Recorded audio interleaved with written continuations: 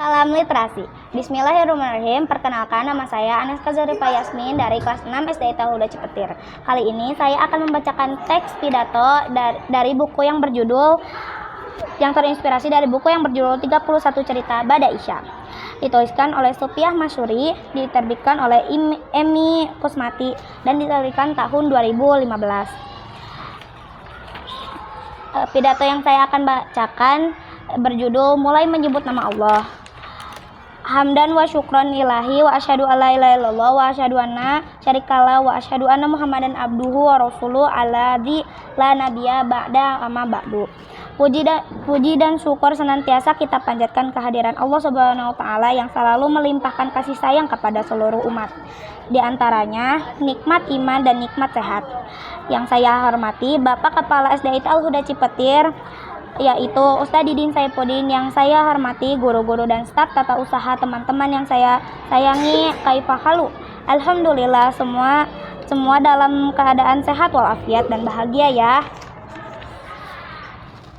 Ada serombongan orang di padang pasir. Mereka dalam perjalanan pulang dari negeri Syam, membawa barang dagangan dengan unta. Rombongan seperti ini lazim disebut kafilah.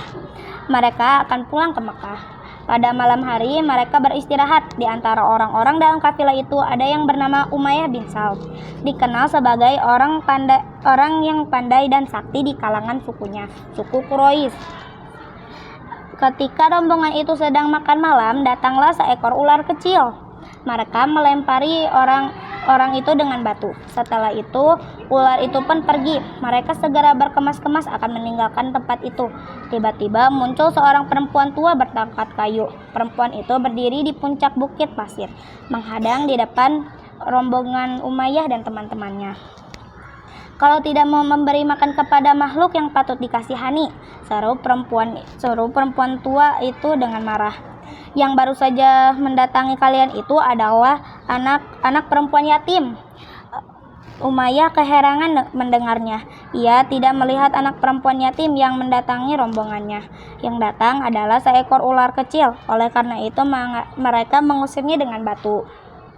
"Kau siapa, perempuan tua?" tanya salah seorang anggota kafilah itu. "Aku Ummul Awam. Demi Tuhan penguasa manusia, kalian akan bertebaran dan bercerai-berai," sahut perempuan itu. Ia mengangkat tongkatnya tinggi-tinggi lalu memukul ke pasir sambil berseru, "Lambatkan perjalanan mereka dan hadirkan unta-unta mereka agar berkeliaran." Pasir berteparasan karena pukulan tongkatnya. Tiba-tiba unta-unta pun berlarian tak seruan. Mereka ketakutan dan menjadi liar. Rombongan kafilah itu mengejar unta mereka, mengumpulkan seekor demi seekor. Hingga pagi tiba, barulah unta-unta kembali berkumpul. Tetapi nenek tua bertongkat itu datang lagi. Ia mengutuk dan memukul tongkatnya. Lagi seperti malam, unta-unta kembali berlarian tak seruan. Susah payah anggota kafilah itu mengumpulkan kembali. Pada sore harinya, barulah unta-unta itu berkumpul. Untuk ketiga kalinya, nenek bertongkat itu muncul lagi. Ia juga berbuat yang sama seperti pagi tadi. Unta-unta berlarian kembali sama. Semalam orang-orang itu mencari dan mengumpulkan unta-unta mereka. Ada seorang yang ingat Umayyah. Konon Umayyah orang sakti, tentu bisa mengatasi kesulitan ini.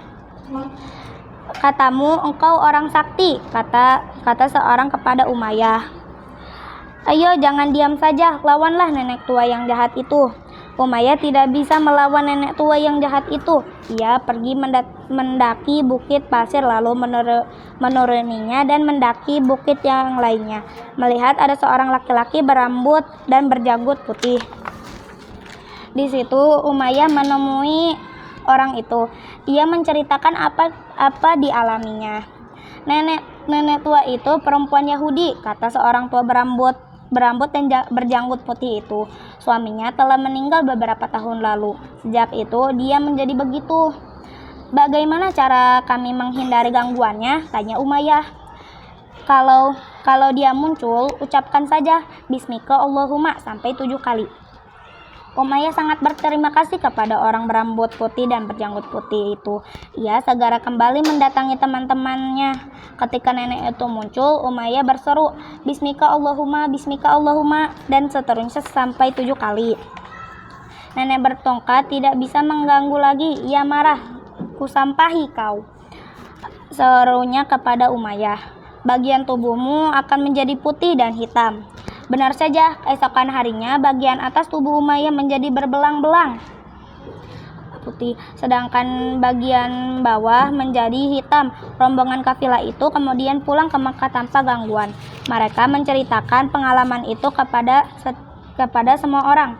Sejak itu Umayyah selalu mencantumkan kalimat Bismika Allahumma.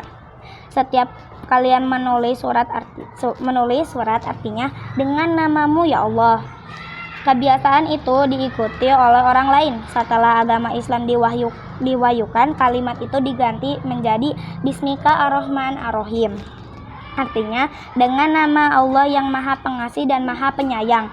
Terima kasih atas perhatiannya dan maaf bila ada khilaf. Salam SDI Tauhudah Cipetir, soleh, cerdas, kreatif, disiplin. Salam literasi.